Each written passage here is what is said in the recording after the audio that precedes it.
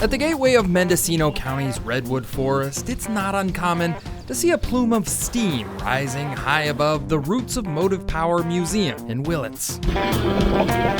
It's one of the few museums that puts visitors in the operator's seat and teaches them how to run antique machines. There looks like a lot of levers and pulleys here and pedals. Yeah.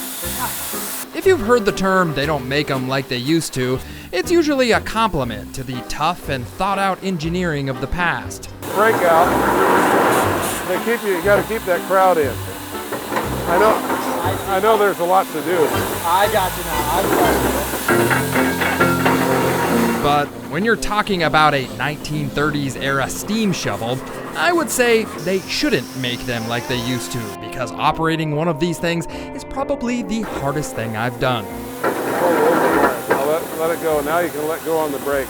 73-year-old Ken McCreary and 19-year-old Ed Kimball are the museum's steam shovel instructors. It takes 2 instructors because it takes at least 2 people to operate this 1932 Bucyrus Erie 50B.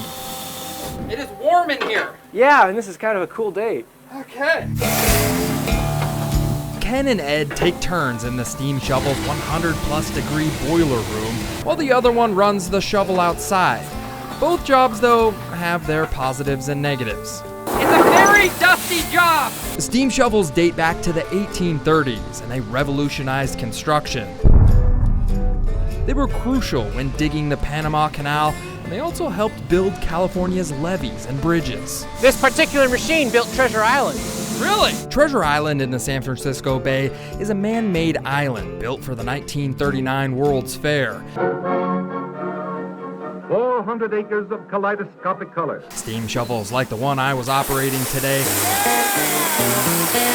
helped move and shape the 400-acre island into what it is today. As far as I know, this is the only one in California and pretty much the only one in the western U.S. That's good. One reason there is so few steam shovels left around today is because they're an absolute nightmare to move around.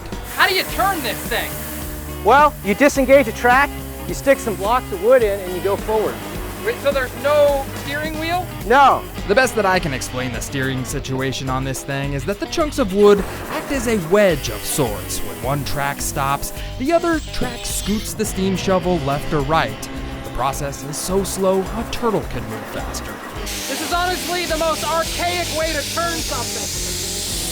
By the end of the 1930s, diesel power shovels replaced the steam shovels. The museum has one of those too, and it's a little easier to operate. There you go. Now let it down with your foot. Put the brake. Pretty easy, right? Kind of, yeah.